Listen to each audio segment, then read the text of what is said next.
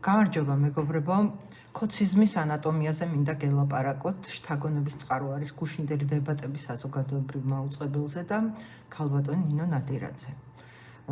შთამბეჭდავი დებატები იყო, დღეს ბევრი მემები შემხვდა, ქარდები შემხვდა, იქ ნათქვამი ფრაზებისგან, მაგრამ მე ცოტა სხვა რაღაცებმა მომჭრა ყური და მინდა გელაპარაკოთ ახლა ამაზე. მოდით ან მოусმინოთ ქალბატონი ნინო რას ამბობს და თან გეტყვით ჩემს აზრებს. მოდი დავიწყოთ.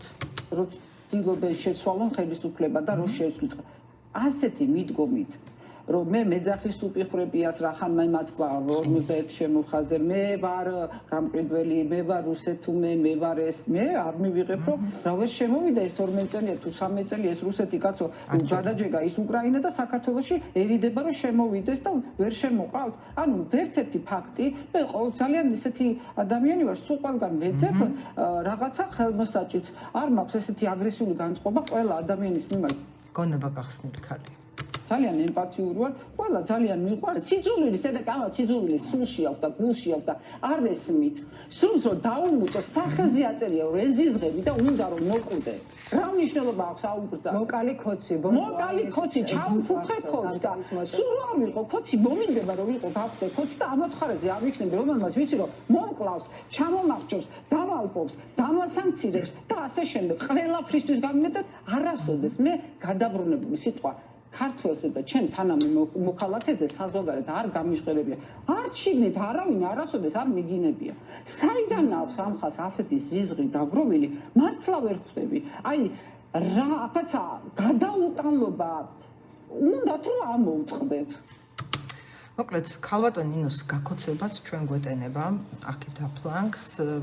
მე რა თქმა უნდა პირველი რაც გავაკეთე, შევედი მის Facebook გვერდზე, მაინტერესებდა მისი სათნოების გადამოწმება და პირველი თუ მეორე სტატუსი ეგრევე შემხვდა აი ეს რომ ხატი აწერეთელს რო იჭერენ, ლომჯარია და ხიდაშელს რატო არ იჭერენ. ანუ ძალიან სათუთი ქალბატონია როგორც ჩანს და წუხს რო ხიდაშელს და ლომჯარიას არ იჭერენ. საერთოდ ქოცები ძალიან კეთილები არიან. რას ვერჩით ვერ გავიგე, ისინი არაფერს არ გვერჩიან, საერთოდ არ გლანძღავენ, არასოდეს არ უკადრებიათ პირადად ჩემთვის, რას ლაპარაკობ, რას ბრძანებთ, არასოდეს ქალბატონ ნინო არ უკადრებიათ არაფერი, ბოდიშს გიხდით, რომ გაწყენინეთ და აი ესე აგაღელვეთ. ხო, მოდი აბა გავაგრძელოთ ქალბატონ ნინოს სათნოების მოსმენა და მთავარი რაც იყო ამ ყველაფერში და ჩემთვის საინტერესო იმაზე მინდა გელაპარაკოთ, ანუ ქოციზმის ანატომია რაში მდგომარეობს, ეს ჩავთვალოთ, რომ შესავალია. მოდი გავაგრძელოთ. ესეთი საჩუქარი ოპოზიცია ჩვენ თავობას რო ყავს. მე მსგავსი არაფერი არ მგონი მართლა ჩვენ თავობა აფინანსებს ამ ოპოზიციას, იმიტომ რომ ყველაფერს აკეთებენ იმისთვის, რომ ამორჩეველი განაწყონ მათ მიმართ. ანუ ოპოზიციის ბრალია ქალბატონ ნინო რო ქოცია. აზრად არ მოდით, ასე მე მომეფერონ და თავის მხარეს გადამიბირონ. რაღაცა კარგი სუპიხრებია, კარტოფილზე გაცვლი, ეს არის არგუმენტი, რომ გადამიყონ. ის რუსეთის შემოდის ხომ და მათ ჩვენო სად შემოვიდა ეს რუსეთი? ხო ვუყურებ, ვერ გაიგო. რათა სხვა შორს გონება გახსნილი ხალი, მეგონა ერთი პერიოდი და აქვს პრეტენზია, რომ არის გონება გახსნილი ხალი. ვუყურებ, მლანძღავენ, ვუყურებ, მაგინებენ. ვუყურებ, უკანასკნელი სიტყვებით მიმეტებენ. მე რო გავაყენებ საპირწონეთ, აი აქეთ ოპოზიცია, თქვენ ხართ პოლიტიკოსები, თქვენ გინდათ სახელმწიფოებაში მოსვლა, ხო? ხო, მაგისტრის თქვენ იმის მაგილოთ, რომ იმას აგინოთ და აი ამ გინებაში იმის მაგილოთ, რომ იმუშაოთ ჩემზე, ბატონ ბონდოზე, ამომრჩეველზე. შეხედეთ, მოგიყვებით მე როგორ უნდა იმუშაოთ ქალბატონ ნინოზე, ხო? ჯერ მოусმინოთ. იმას ხო აგინებთ ხელისუფლებას? კაი, აგინეთ ყველა ხელისუფლების გინება მოსულა ყველა ქვეყანაში. მე რომ მაგინებ, ვერ გინდა თავრობაში მოხვიდე. შესაბამისად, მე რომ მწყევლი, მაგინებ, მაფურთხებ, მესვრი, მაჩანაგებ, რუსმეძახი, მახი, ჩემს ათვალა ფოტოებს ათრევ, შვილებს მიწყევლი.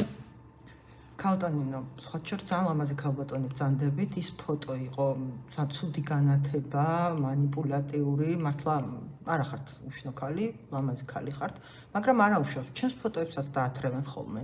რაღაც აი ყველაზე ისეთ ცუდ ფოტოებს ხო არის ყველას გვაქვს ეგეთი მომენტები რომ არ გამოვიყურებთ კარგად ან განათება არის ისეთი ან ცოტა გასუქებულები ვართ და თქვენ მაგაზე არ იდარდოთ ჩვენც ესე გვათრევენ ოთკოცები და სხვა შორის ბიუჯეტის ფულს იღებენ ხოლმე მე ამაში რომ ჩვენ გვათრევენ ანუ მარტო არ ხართ თქვენ მაგრამ რა ვიცი ხა მე მივეჩვიე თქვენ არ ხართ ალბათ მიჩვეული და ესეთი ელიტარული ქალბატონი ბრძანდებით და მე მიჩვეული ვარ რაც კოცები არიან მათრევენ ლანძღავენ ну რა ვიცი ღმერთმანი მიგაჩვიოთ მაგრამ ეჩვევა მაგასაც ადამიანი და მე იკიდებს რა ვიცი თქვენც ალბათ დაიკიდებთ მე მამამთილის საყვარელი იყო სტატიებს რომ მიძღვნი მე ამის შემდეგ შენ რო გცემე აი ესე გამოვწრიალ მურასლის ამთხა ცემეს ხარამეს ბოლომდე რაკნას ვაბრაზებთ და ხარ უცემან რამისი ბრა რატომ უნდა აღელდეს როცა გცემენ როცა წამლავენ ქუჩაში რო ვეღარ შუნთქავთ მე ერთხელ კიდე ამ რომ მოვკვდი ხარ ქალბატონი იმას ბრალია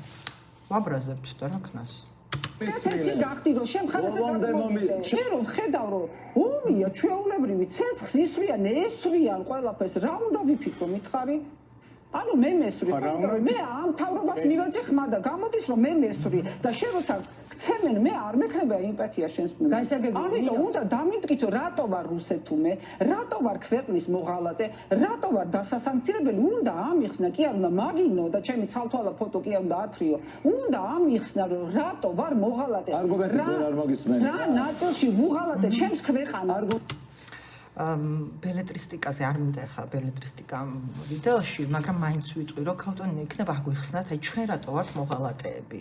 აი რატო გვაცხადებს აგენტებად, მოღალატეებად, კოცების ხელისუფლება ხო ვერ მეტყვით, აი მე რატო ვარ აგენტი? თუმცა ხა აქ ეს არ არის მთავარი და მოდი ხა საქმეზე გავიაროთ. ქალბატონ ნინოს უნდა რომ წარმოჩინდეს ერთ რიგით მოქალაქედ, რომელიც არის უბრალოდ ხარდამჭერი, იმიტომ რომ მოწონს ოცნების პოლიტიკა და მოუწოდებს ოპოზიციას რომ აი დამელაპარაკეთო და მომაწონეთო თქვენც თავიო და მოიგეთო ჩემი გულიო. მე ოპოზიციის მიმართ სულ ვარ ხოლმე კრიტიკული და ვთვლი რომ მათ უნდა იმუშაონ იმისთვის რომ ადამიანებს მართლაც გააგებინონ რა უნდათ, რა ხედვა აქვთ და ასე შემდეგ, მაგრამ ვარ ძალიან რეალისტი და პრაგმატიკოსი და მე ვთვლი რომ ოპოზიციას ქალბატონ ნინოსთან არანაირი შანსი არ აქვს. ჩემი წარსული გამოცდილებიდან და უკვე ღრმა შინაგანი რწმენიდან გამომდინარე, პირველი რაც მომივიდა გუშინ თავში აზრად, აქამდე დიდად არ მიფიქრე ხა ბევრი ქალბატონ ნინოზე და რაღაცა არ დავკვირვები ვარ დიდად ხა ვიცი რომ არის ვივამედის დირექტორი თუ მთავარი ექიმი თუ რაღაც ეგეთი მაგრამ ერთი ღრმა რწმენა მაქვს რომ აი ვინც ესე იცავს კოცებს ის ისე უანგაროდ არ აკეთებს. ეს არის აი 100-ჯერ გადამოწმებული უკვე და მე როგორ არის იცი რომ რაღაც მე რომ აუჭირდებათ რაღაცა პათეტიკურ პოზას ჩადგებიან ხოლმე აი ეს ქალბატონი თამარ ცაგარეიშვილი რომ მამულიშვილნო და ქართველნო და ერთმანეთს არ ვესროლოთ და ამ დროს მოღალატეებს გვეძახის და ჩვენი განადგურება უნდათ მაგრამ რამე როა და რო გაუჭირდებათ აი ქართველნო ერთმანეთს არ ვესროლოთ პათეტიკა და ასე შემდეგ და ხა ეს გაბრაზო ნაწყენია რა. ხო და მე რახან ვიცი კოცის ქცევა და კოცის ჯიში ეგრევე დაინტერესდი რომ მოდი ერთი ჩავხედო ამ ვივამეს და მე გამახსენდა რაღაცეები და მოკლედ ოპოზიციას შანსი არ აქვს და ხა გეტყვით რატო. კლინიკა ვივამედი ალბათ გახსოვთ ნაწილს შეიძლება გახსოვთ ნაწილს შეიძლება არ გახსოვთ არის ერთი ძალიან სკანდალური კლინიკის მემკვიდრე სამართალ მემკვიდრე პირდაპირ იყო ეგეთი კლინიკა ლანცეტი რომელიც აი რომ დაასერჩოთ ამოგიგდებთ რომ აი მაგალითად 2015 წელს არ ურიგებდნენ თანამშრომლებს ხელფასებს და უგვიანებდნენ და ნუ რაღაც სკანდალები იყო და მე სხვა შორის ბევრი ინფორმაციაც რაღაცა გამქრალი მომეჩვენა გამახსენდა ეს კლინიკა ლანცეტი მოკლედ და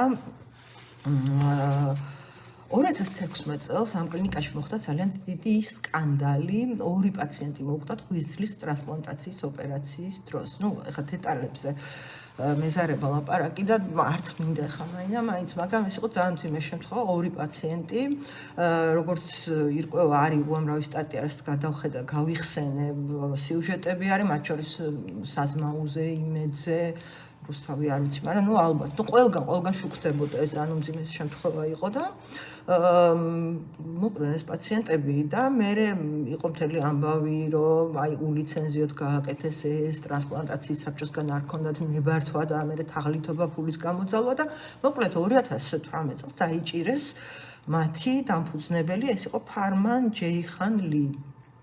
ამოვიწერე რაღაცები და მიუსაჯეს 6 წელი და 2023-ში გამოვიდა ეს კაცი, მაგრამ აი მანამდე რა მოხდა ახლა? მე არის რაღაც სტატიები და მომე ჩვენა რომ ეს კვალი გაქრა, ქალტო ნინოზეც იყო რაღაც პრობლემები, მასაც თითქოს ადანაშაულებდნენ, რომ მასაც ჰქონდა კავშირი აი ამ ოპერაციის დაგეგმვასთან, რაც არ უნდა დაგეგმილიყო და მოკლედ ძალიან ცუდი შემთხვევა იყო და მე კომენტარებია ქალტო ნინოსი რომ მე რა შუაში ვარ, მე კარდიოლოგი ვარ და მე საერთოდ რა მქონდა საერთო მან და მოკლედ თავარი ექიმი იყო რა იქ და რაღაცა აი მე დამფუძნებელთან რომელიც დაიჭირეს რაღაცებს აბრალებდნენ ერთმანეთს ვერ გავიგე და მოკლედ წამოვიდა ეს როგორც მივხვდი იქიდან წამოვიდა ესე იძებნება ინტერნეტში რა მე რა ხდება აღარც მიმდევნებია მაშინ თვალყური ამ ლანცეტის ისტორიისთვის მაგრამ ეხლა ჩავიხედე რეესში ჩემი უნარები გამოვიყენე და ეს სკანდალური კლინიკა, რომელსაც ჰქონდა ძალიან სახელი გატეხილი რა, ესეთი ამბავი დაემართა თან თაღლითობა ფულის გამოძალვა, მოკლედ უნებართვა ოპერაცია, ჩამოყვანეს აზერბაიჯანიდან ქირურგი, ვინც ეს ოპერაცია ჩაატარა, რომელსაც თურმე ნებართვა არ აქვს, ლიცენზია არ აქვს ამის კეთების და უმძიმესი ისტორია, ანუ ეს კლინიკა, ამ კლინიკის რეპუტაცია იყო განადგურებული აბსოლუტურად და ანუ ძალიან ბუნებრივი შეიძლება მოგეჩვენოთ, ხო, რომ ეს კლინიკა ხდება უცებ ვივამედი, ანუ რეესტრში შეხვიდეთ და რა დასერჩოთ, ანუ აი ამ დოკუმენტაციაში რეესტრში ამონაწერები, როგორ იცვლება დამფუძნებელი, ჯერ სახელი. და უცებ აქ ჩნდება ახალი დამფუძნებელი ალი თანრივერდიევი, რომელიც არის სხვა რუსეთის მოქალაქე, ანუ კაი ქალტონია საქმეს არ ნიშნავს. მოკლედ ეს კაცი რო ციხეში ზის ეს დამფუძნებელი, უცებ ჩნდება ახალი დამფუძნებელი 50%-ს ყიდულობს, მოკლედ დეტალები არ ვიცი რა. და მოკლედ ეს კლინიკა ხდება ვივამედი, ზუსტად იგივე მისამართზე, ზუსტად იგივე შენობა, ყველაფერი. მე არ ვიცი ქალტონინო იქ როდის დაბრუნდა, მაგრამ აი ეს ფარმან ჯეირანლი, რომელთანაც მას დაპირისპირება ჰქონდა და რომელმაც განანძღა ამან მიალანძღა ერთმანეთის რაღაც ბრალდებები წაუყენეს ციხეში, რო არის თანაც რჩება ამ ვივამედის 50%-ის ფლობელად 2022 წლამდე. და მე გადის აქედან 2023 წელს გამოდის ციხიდან და მოკლედ დამფუძნებელი ხდება ალი თანრივერდიევი თუ ტანრივერდიევი ხან ასეწერია ხან ისე და დღემდე ეს კაცი არის დამფუძნებელი ამ ვივამედის. ეხლა რატო დავინტერესდი ამ ყველაფრით, იმიტომ რომ ვიცით ყველამ რომ პენტენციურ სამსახურთან აქვს კონტაქტი ვივამედს, იმიტომ რომ პატიმარი სააკაშვილი იქ იყო, ალბათ სხვა პატიმრებიც იყვნენ და დავინტერესდი მოკლედ. ეხლა ეს ორგანიზაცია რა საქმიანობს? წარმოიდგინეთ 2017 წელს 16 წელს გაუჩანაგდათ რეპუტაცია, მე 2018 წელს საერთოდ დაიჭირეს მათი დამფუძნებლები და შუქდება ინტენსიურად, რომ აი ეს კლინიკა და თაღლითები და ასე შემდეგ და ასე შემდეგ. და მთელი 2018 წელი ამაში გადის და 2019 წელს უკვე რაღაცნაირად იწყება თანხების შესვლა. მაშინ იყო ჯერ კიდევ რაღაც სხვანაირად ერქვა სასჯელახსრულებისა და პრობაციის სამინისტროს. როდის დაბრუნდა ქალტონინო იქ არ ვიცი, კიდე გეუბნებით, მაგრამ ფაქტია რომ დაბრუნდა და იქ არის. და ჯერ კიდევ მანამდე დაბრუნდა, სანამ აი ეს კაცი ვისთანაც კონფლიქტი ჰქონდა, ჯერ კიდევ იყო დამფუძნებელი. რა მოხდა ამ კლინიკაში არ ვიცი, მაგრამ უცებ აი ამ სრულად გაჩანაგებული რეპუტაციის კლინიკას, რომელსაც რეალურად მარტო სახელი შეიცვალა, მეტი არაფერი. და ვფიქრობ რომ მინიმუმ 2020 წლიდან ქალტონინო იქ არის, არ ვიცი ზუსტად სიმართლე რომ გითხრათ რა საწავიდა, როდის მივიდა, ზუსტად არ ვიცი, მაგრამ დიდი ხანია იქ არის, მინახავს რაღაცა სიუჟეტებში, იმაში, ამაში. უცებ აი ამ კლინიკას 2020 წლიდან უჩნდება სახელმწიფო შეკვეთები.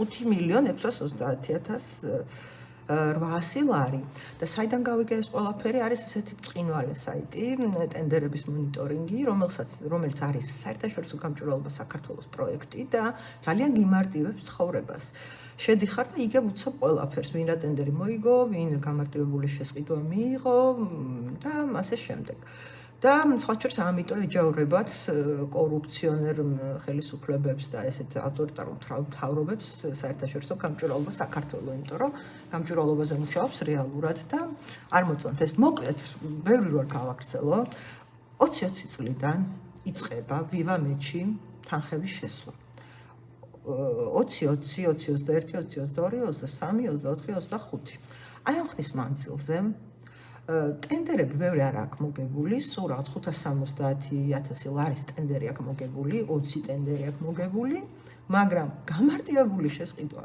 აქვს კონტრაქტი რამდენის 91 კონტრაქტი 30 მილიონი ლარის. ხო, კარგია. კლინიკა რომელიც იყო აბსოლუტურად გაჩანაგებული, მე არ ვიცი, ალბათ მართლა ძალიან კარგი მენეჯერია ქალბატონ ნინო და აი ეს კონტრაქტები 30 მილიონი ლარის მიიღო სახელმწიფოსგან. ოღონდ ეს არ გიგონოთ საყოველთაო ჯანდაცვის პროგრამა. ამას ყველა კლინიკა იღებს, იქ პაციენტი ირჩევს კლინიკას და მე საყოველთაო ჯანდაცვა უხდის, ან როგორც არის რა, ხან სასწრაფო მიიღოს, ხან ასე და ხან ისე, მაგრამ აი აქ არის გამარტივებული შესყიდვა აბსოლუტურად სხვადასხვა მიზნობრიობით. მთავარი შემსყიდველი არის სპეციალური პენიტენციური სამსახური 20 მილიონი ლარი აქვს გადახდილი ვივამედისთვის აი ამ წლებში. ჯანმრთელობის ეროვნული სააგენტო 4 მილიონ 800 რაღაცა 1000 ლარი, ტურიზმის ეროვნული ადმინისტრაცია 4 მილიონ 176.000 ლარი, სოციალური მომსახურების სააგენტო 1.708.000 ლარი, ну ეს ძველი სამი, ანუ მოკლედ სულ აქვს 30 მილიონ 800 რაღაცა 1000 ლარი გამარტივებული შესყიდვებით მიღებული. აქედან აი ძველი ლანცეტის დროს მხოლოდ 200.000 რაღაც. დანარჩენი უკვე გავივამედებული ლანცეტის და აი 20-20-დან იწყება მოკლედ ეს შემოდინებები. მე არ ვიცი სიმართლე რომ გითხრათ, უბრალოდ ჩემმა ინტუიციამ წამიყვანა აი ამების სერჩვისკენ და მე რომ გამერკვია ვთქვათ ეს ჩვეულებრივი ამბავია თუ არ არის ჩვეულებრივი, მაგალითად ავიღე კავკასიის მედიცინის ცენტრი და მოვძებნე მისი მონაცემები, რომელიც არის ერთ-ერთი დიდი ქსელი საქართველოში, ხო და ერთ-ერთი ყველაზე განვითარებული. მას მაგალითად აი ესეთი პირდაპირ კონტრაქტებით აქვს სულ 48.000 ლარი მიღებული და ტენდერებში მოგებული აქვს 800.000 ლარი. ანუ არ არის ხო, აი დაუშვათ პენტენციურს განსაკუთრებული ურთიერთობა აქვს ვივამეთთან და კი ბატონო შეიძლება დაუშვათ ექსკლუზიური კონტრაქტი აქვს, ხო? აი ტურიზმის ეროვნულ ადმინისტრაციას რა უნდა ესე ჩაბჟირებით ვივამეთში თქვათ და კიდე რაღაც სხვა სტრუქტურებს, ხო? ჯანმრთელობის ეროვნულ სააგენტოს აი ამხელა კონტრაქტები პირდაპირ ესე არანაირი ტენდერი, ხო?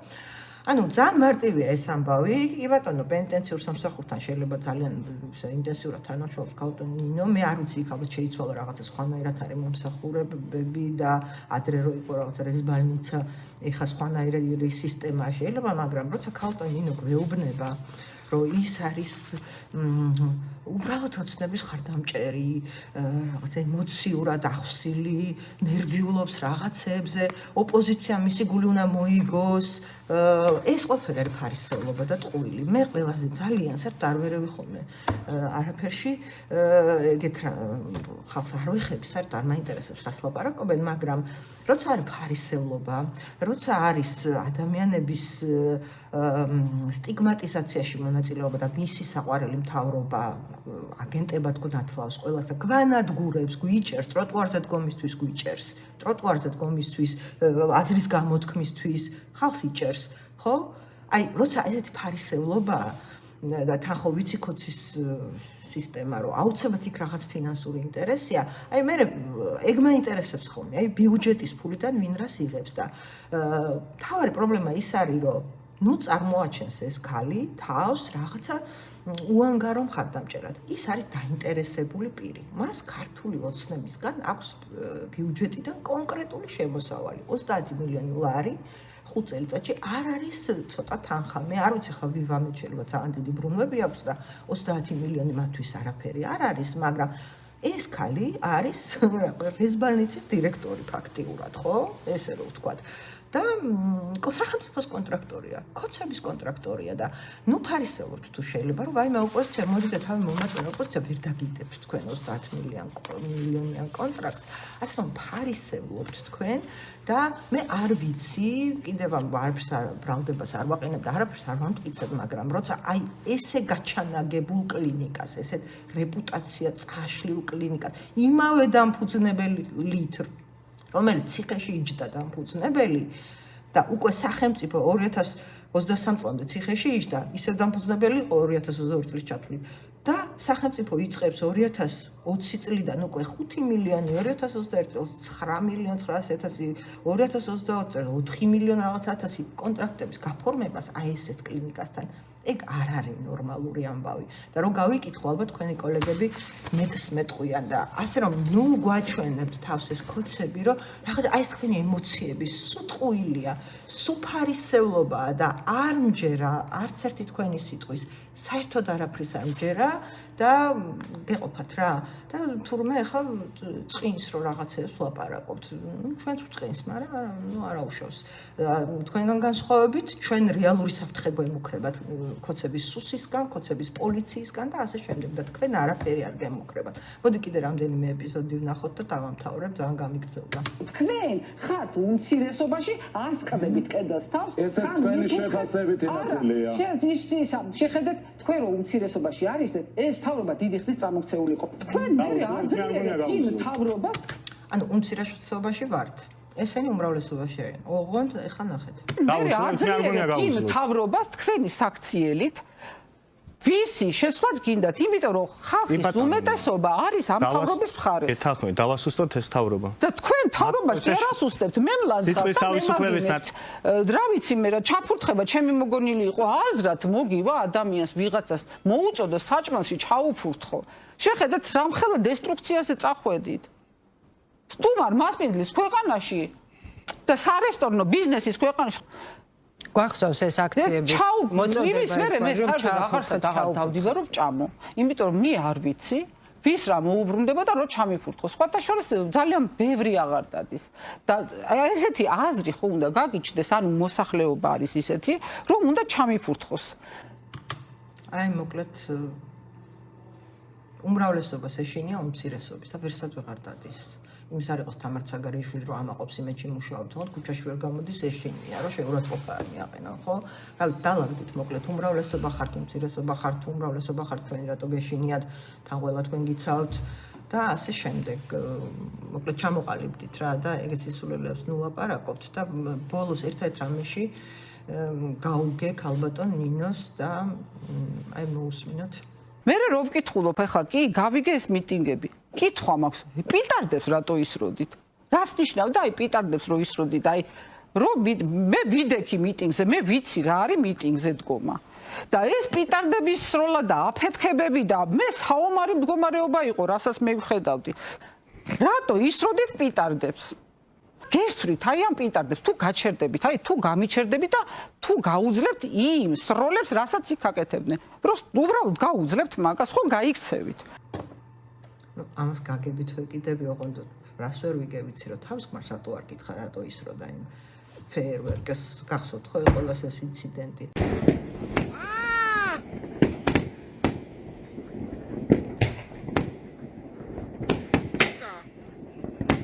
სწორი გავიშვი